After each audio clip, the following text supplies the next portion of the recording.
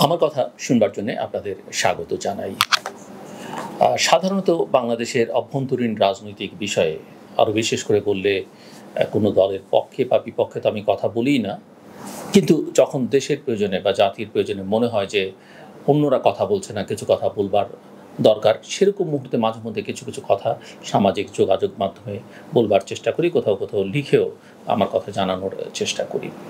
দলগুলোর অভ্যন্তরীণ বিষয় নিয়েও আমার কথা বলবার কথা নয়, কিন্তু যখন আমরা গণতন্ত্রের কথা বলি, প্রতিষ্ঠানগুলোকে শক্তিশালী করবার কথা বলি, তখন রাজনৈতিক দল অত্যন্ত গুরুত্বপূর্ণ। আমি এর আগে বিএনপির অভ্যন্তরীণ বিষয় নিয়ে একটি আলোচনা করেছিলাম। সেটা অনেকে পছন্দ করেছেন, অনেকে তাতে ক্ষিপ্ত হয়েছেন, ক্ষুব্ধ হয়েছেন।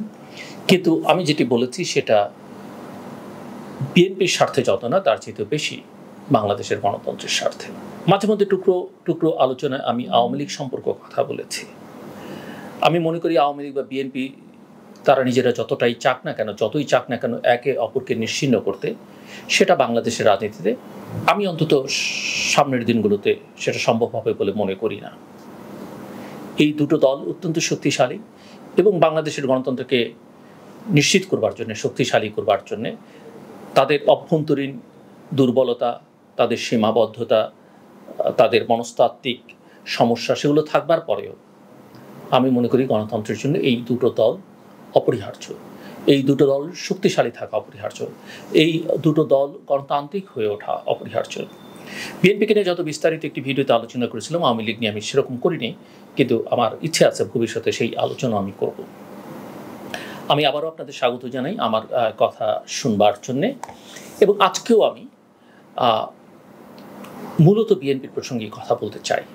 কারণ সরকারের সমালোচনা আমরা সবসময় করি, ক্ষমতাসীন দলের আমরা সবসময় সমালোচনা করি, কিন্তু যারা সমালোচনা করেন বা বিরোধী রাজনৈতিক শক্তিগুলো যারা নানা প্রসঙ্গ জনগণের সামনে তুলে আনছেন সরকারের সমালোচনা করতে গিয়ে, ক্ষমতাসীন দলের সমালোচনা করতে গিয়ে, তারা কোথায় ভুল ত্রুটি করছেন সেটা কিন্তু খুব একটা আলোচনা হয় না, এবং যে কারণে তাদের সঙ্গে জনগণের সম্পৃক্ততা আসলে তৈরি হয় না। তারা অতীতে কী করেছেন সেটা কি তারা স্বীকার করেন? সেটা কি শোধরাবার জন্যে তারা কি করবেন সে বিষয়ে কোনো অঙ্গীকার করছেন? সেগুলো কি মানুষের আস্থা অর্জন করতে পারছে? গণতন্ত্রের দুটো চাকা, একটা বাদ দিয়ে আরেকটা চাকা যেমন চলে না, সাইকেলের চাকার মতো, যদিও এক চাকার সাইকেলও আছে, তাতে অনেক সময় গতি বৃদ্ধি পায়, দেখতেও অনেক ভালো লাগে, এমনকি স্বৈর শাসকদের শাসনামলেও দেশের অনেক উন্নতি হয়, কিন্তু মোটা দাগে বা চূড়ান্ত বিচারে সেগুলো দেশের জন্য বা জনগণের জন্য একদমই কল্যাণকর হয় না। সেই বিবেচনা থেকে আমি মনে করি যে শুধু সরকারের সমালোচনায় বিরোধীদেরও দুর্বলতাগুলো চিহ্নিত করা দরকার। এমনকি আমি মনে করি ব্যক্তিগতভাবে যারা আমরা সমাজে, রাষ্ট্রে ক্রিয়াশীল, তাদেরও অভ্যন্তরীণ সমালোচনা থাকলে বা আত্মসমালোচনা থাকলে সেটা করা উচিত। যে প্রসঙ্গে আমি কথা বলতে চাইছিলাম, যে আমাদের দেশে মত প্রকাশের স্বাধীনতার অবস্থা কেমন তা নিয়ে কম বেশি সবারই একটা ধারণা আছে। কাজটা বেশি ঝুঁকিপূর্ণ, তাই সবাই বিরোধী দল নিয়ে খুব বেশি বিপ্লবী সমালোচনা করতে পছন্দ করেন। আমি সেই দলের লোক নেই, তবে আমি মনে করি আবার বিরোধী দল নিয়ে কিছুই বলা যাবে না সেটাও আমি সমর্থন করি। আমি মনে করি বিরোধী দলের আলোচনা হওয়া উচিত। বিরোধী দল বা স্পষ্ট করে বললে বাংলাদেশ জাতীয়তাবাদী দল বিএনপি বাংলাদেশের রাজনীতির জন্য অন্যতম গুরুত্বপূর্ণ ভূমিকা পালন করে আসছে, সামনেও করবে, তাতে কোনো সন্দেহ নেই। ফলে দলটির নানা বিষয় নিয়ে আলোচনা সমালোচনা থাকবে, এটাই অত্যন্ত স্বাভাবিক। আমি আশা করব বিএনপি নেতাকর্মীরাও সেটা মনে করবেন। আমি এর আগেও যেমনটা শুরুতেই বলছিলাম যে এর আগেও বিষয়টি নিয়ে কথা বলেছি, ইদানিং গণমাধ্যমে বিষয়টা নিয়ে আবার কথা উঠেছে। ফলে এই প্রেক্ষিতে অতি সংক্ষেপে কিছু কথা আমি আপনাদের সাথে শেয়ার করতে চাই আজকের এই ভিডিওতে। প্রতিবেশী দেশ ভারতে অবস্থান করা বিএনপি নেতা সালাউদ্দিন আহমেদ, যিনি বিএনপি জাতীয় স্থায়ী কমিটির সদস্য, তিনি এক সময়ে সরকারের প্রতিমন্ত্রীর দায়িত্ব পালন করেছেন, সংসদ সদস্য ছিলেন, তাকে ঘিরে রহস্যটা এখনও কাটছে না। অন্তত কোনো শীর্ষ গণমাধ্যমের খবরাখবর দেখলে সেটা কিন্তু অনেকের কাছেই নিশ্চিত একটা বিষয় বলে মনে হয়। আদালত থেকে খালাস পাওয়ার পরেও কেন তিনি দেশে ফিরছেন না তা নিয়ে রাজনৈতিক মহলে নানা প্রশ্ন এবং রহস্যের সৃষ্টি হয়েছে। কিন্তু অদ্ভুত শোনালেও সত্য হলো, ভারতে থেকেই তিনি বাংলাদেশ জাতীয়তাবাদী দল বিএনপির রাজনীতিতে সক্রিয় রয়েছেন। তিনি বিএনপি জাতীয় স্থায়ী কমিটির সভাগুলোতে অংশ নিচ্ছেন। আর এই সক্রিয়তার ফলাফল তো আমরা দেখতেই পাচ্ছি। আরও বিস্ময়কর হলো, এমন ফলাফলের পরেও এর মধ্যে তার মহাসচিব হওয়া নিয়েও গুঞ্জন রয়েছে। আমরা জানি 2023 সালের ফেব্রুয়ারিতে আদালত থেকে খালাস পাওয়ার পর মিস্টার সালাউদ্দিন আহমেদ বাংলাদেশ জাতীয়তাবাদী দল বিএনপির স্থায়ী কমিটির বৈঠকে অংশ নেওয়া শুরু করেন। এখন তিনি বিএনপির রাজনীতিতে শুধু সক্রিয় নন, বিদেশের থেকেও অর্থাৎ প্রতিবেশী দেশ ভারত থেকেও দলের নীতি নির্ধারণে অত্যন্ত গুরুত্বপূর্ণ ভূমিকা রাখছেন বলে গণমাধ্যমগুলোতে বা মূলধারার মিডিয়াতে খবর প্রকাশিত হচ্ছে। বিএনপির নেতাকর্মীদের অনেকেই বলছেন যে 7 জানুয়ারির অর্থাৎ 7ই জানুয়ারির দ্বাদশ জাতীয় সংসদ নির্বাচনের আগে বিরোধী দলের যুগপৎ আন্দোলনের কর্মসূচি এবং কৌশল নির্ধারণে মিস্টার সালাউদ্দিন আহমেদের বিশেষ প্রভাব ছিল। বিশেষ করে গত বছরের 29 জুলাই রাজধানীর ঢাকার 4 প্রবেশ পথে অবস্থান কর্মসূচির সমন্বয়ে তিনি দায়িত্ব পালন করেছিলেন। ভারপ্রাপ্ত চেয়ারম্যান মিস্টার তারেক রহমান কোন বিবেচনায় তাকে এই দায়িত্ব দিয়ে পুরো আন্দোলনটাকে ব্যর্থ হবার সুযোগ করে দিলেন তা আমি তো বুঝতেই পারিনি, অনেকের পক্ষে বোঝা সম্ভব হয়ে ওঠেনি। এ নিয়ে জ্যেষ্ঠ নেতাদের মধ্যে বিরূপ প্রতিক্রিয়া ছিল।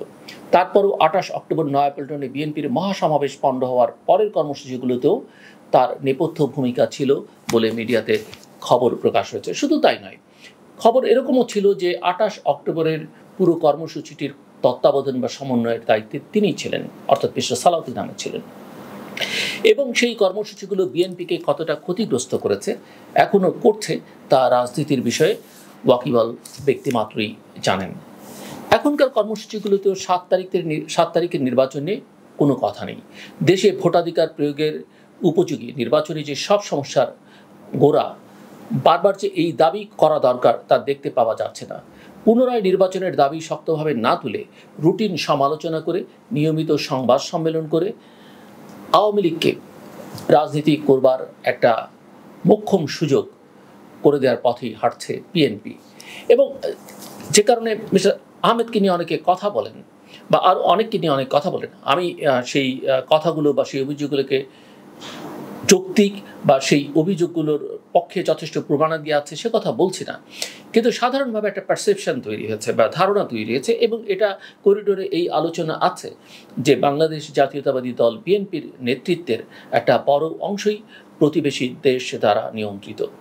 এমনকি কেউ কেউ মনে করেন সরকার বা সরকারের বিভিন্ন এজেন্সি কর্তৃকও তারা নিয়ন্ত্রিত বা তাদের গাইডলাইন অনুযায়ী তারা চলেন, এবং সে কারণেই এই প্রশ্নগুলো বারবার সামনে আসছে।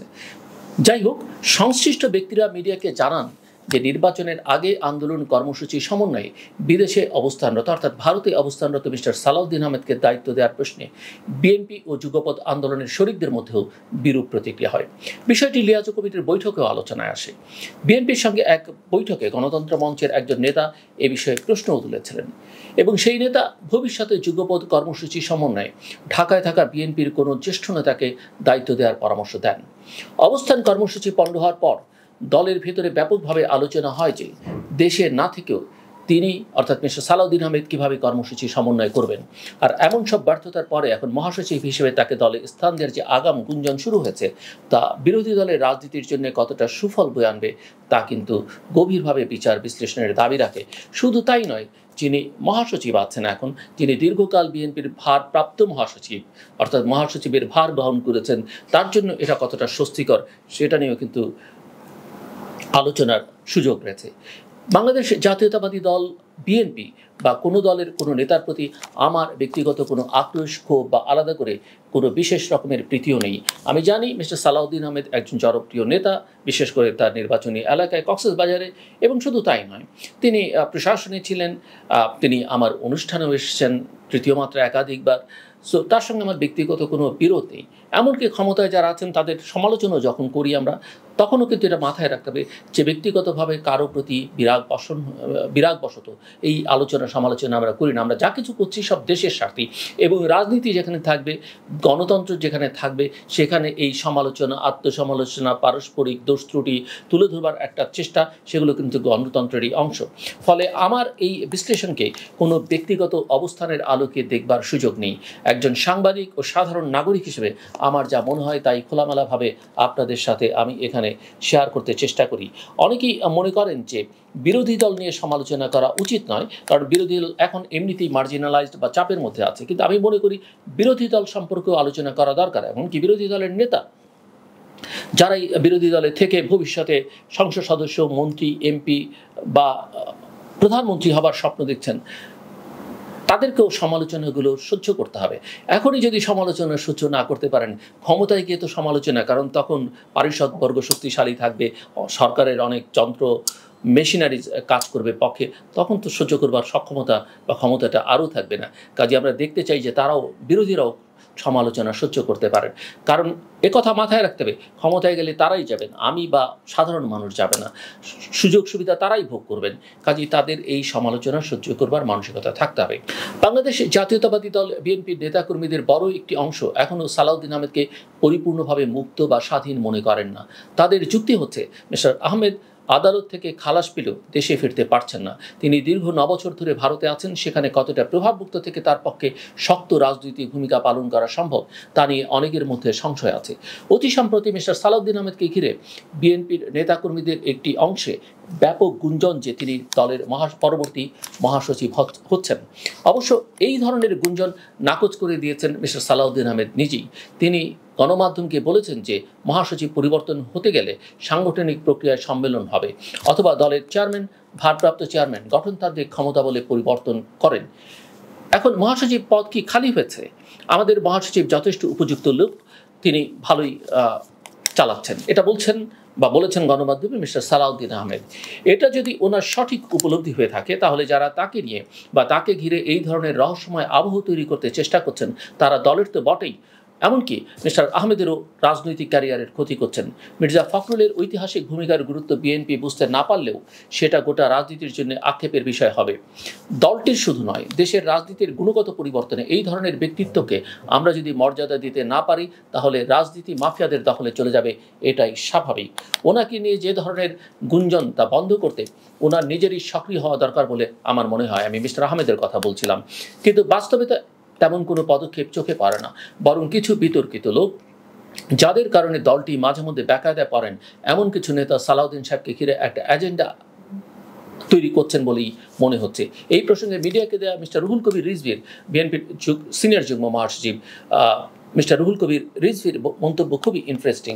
সালাউদ্দিন সাহেব বর্তমান মহাসচিব জনাব মির্জা ফখরুল ইসলাম আলমগীরকেই যোগ্য বলে মিডিয়াকে বলছেন বটে, কিন্তু সালাউদ্দিন আহমেদ সম্পর্কে বিএনপির জ্যেষ্ঠ যুগ্ম মহাসচিব রুহুল কবির রিজভী সম্প্রতি মিডিয়াকে বলেন, দল মনে করলে মহাসচিব হতেই পারেন, তার চেয়ে অবদান, তিনি খুবই উপযুক্ত লোক।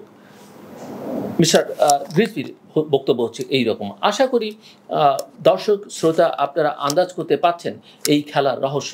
ফলে মিডিয়াতে যতই রহস্যময় বলে এইসব ঘটনাকে প্রচার হোক, আদতে এগুলো তেমন কোনো রহস্যময় বিষয় নয়। বাস্তবতার দিকে চোখ কান খোলা রেখে যারা তাকাতে পারেন, তাদের কাছে এগুলো পানির মতো পরিষ্কার হয়ে যাবার কথা। মিস্টার সালাউদ্দিন আহমেদ এর উপর যে অন্যায় করা হয়েছে তার নিন্দা আমরা সবাই জানাই। আপনাদের যাদের মনে নেই সেই ঘটনা, তাদের জন্য সংক্ষেপে একটু ইতিহাসটা মনে করিয়ে দিতে চাই।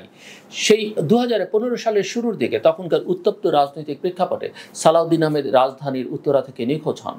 তখন তিনি বিএনপির যুগ্ম মহাসচিব পদে ছিলেন। 2014 সালের 5 জানুয়ারির সংসদ নির্বাচন বর্জন করে বিএনপি যখন সরকার বিরোধী আন্দোলন করছিল, তখন দলের মহাসচিব সহ অনেক জ্যেষ্ঠ নেতাকে গ্রেফতার করা হয়। সে সময় সালাউদ্দিন আত্মগোপনে থেকে দলের মুখপাত্র হিসেবে বিবৃতি দিতেন, গণমাধ্যমে কথা বলতেন। এমন প্রেক্ষাপটে 2015 সালের 10ই মার্চ রাজধানীর উত্তরার একটি বাসা থেকে তিনি রহস্যজনকভাবে নিখোঁজ হন। পরে মিডিয়াতে জানা যায়, আলোচিত একজন ব্যবসায়ীর আশ্রয়ে তিনি ছিলেন সেই সময়, যদিও তার যথেষ্ট প্রমাণাদি সেই বক্তব্যের পক্ষে নেই। বিএনপি তখন অভিযোগ করে যে গোয়েন্দা সংস্থার লোকজন সালাউদ্দিন আহমেদকে তুলে নিয়ে গেছে। এর ঠিক 62 দিন পর 11 মে সিলেটের সীমান্ত লাগোয়া ভারতের মেঘালয়ে শিলংয়ে পুলিশ তাকে উদ্ধার করে। তখন ভারতের পুলিশের পক্ষ থেকে বলা হয়েছিল যে সালাউদ্দিন আহমেদ শিলংয়ে উদ্ভ্রান্তের মতো ঘোরাঘুরি করায় তাকে আটক করা হয়। বৈধ কাগজপত্র ছাড়া ভারতে প্রবেশের অভিযোগে ফরেনার্স অ্যাক্ট অনুযায়ী তাকে গ্রেপ্তার দেখায় ভারতীয় পুলিশ। পরে সালাউদ্দিনের বিরুদ্ধে অনুপ্রবেশের মামলা এবং পরে অভিযোগ গঠন করা হয়। এই মামলায় 2018 সালের 26 অক্টোবর শিলংয়ে নিম্ন আদালত মিস্টার সালাউদ্দিন আহমেদকে খালাস দেন। এর বিরুদ্ধে ভারত সরকার আপিল করে। 2023 সালের 28 ফেব্রুয়ারি শিলং জজ আদালত সালাউদ্দিন আহমেদকে খালাস দেন। এখন প্রশ্ন হচ্ছে, খালাস পাওয়ার পরেও কেন তিনি দেশে ফিরছেন না? গত 9 মার্চ বিএনপির মহাসচিব সংবাদ সম্মেলন করে তাকে ফেরত পাঠাতে ভারতের প্রতি আহ্বান জানান। ভারতে আদালতের রায়ে খালাস পাওয়ার পর প্রায় 15 মাস পার হয়ে গেল, এখনও তিনি দেশে ফিরতে পারেননি। এ বিষয়ে সালাউদ্দিন আহমেদ মিডিয়াকে বলেন, আমার বিরুদ্ধে মামলা নেই, আদালত খালাস দিয়েছেন, এরপরেও ফেরত পাঠাচ্ছে না। অনেকে মনে করছে আমি আসছি না, এ নিয়ে ভুল বোঝাবুঝি আছে। আপনারা বাংলাদেশের পররাষ্ট্র মন্ত্রণালয় ভারত সরকারকে জিজ্ঞেস করেন কেন তারা পাঠাচ্ছে না, আমার তো করবার কিছু নেই। মিস্টার সালাউদ্দিন আহমেদের ঘনিষ্ঠ সূত্র জানিয়েছে, খালাস পাওয়ার পর আদালতের রায় কপি সহ সালাউদ্দিন আহমেদ মেঘালয় রাজ্য সরকারের কাছে দেশে প্রত্যাবর্তনের আবেদন করেন। এ পর্যায়ে 8ই জুন মেঘালয় সরকার তাকে একটি ট্রাভেল পাস দেয়। ট্রাভেল পাসের মেয়াদ 90 দিন হয়ে থাকে, আপনারা অনেকেই হয়তো জানেন। এই পাস দিয়ে সালাউদ্দিন আহমেদের দেশে ফিরতে পারবার কথা, কিন্তু তারপরেও তিনি দেশে না ফেরাটা নানান গল্প ও রহস্যময়তা তৈরি করতে থাকে। এর কারণ কি তা আমরা কেউ এখনো জানি না। এক একজন এক এক রকম কথা বলেন। কেউ বলেন ট্রাভেল পাস পেলেও কেন্দ্রীয় সরকারের ইশারাতেই তিনি দেশে ফিরতে পারছেন, অর্থাৎ ভারতের কেন্দ্রীয় সরকারের ইশারাতে তিনি দেশে ফিরতে পারছেন না। আবার কেউ কেউ এটাকে রাজনৈতিক কৌশল হিসেবে দেখছেন।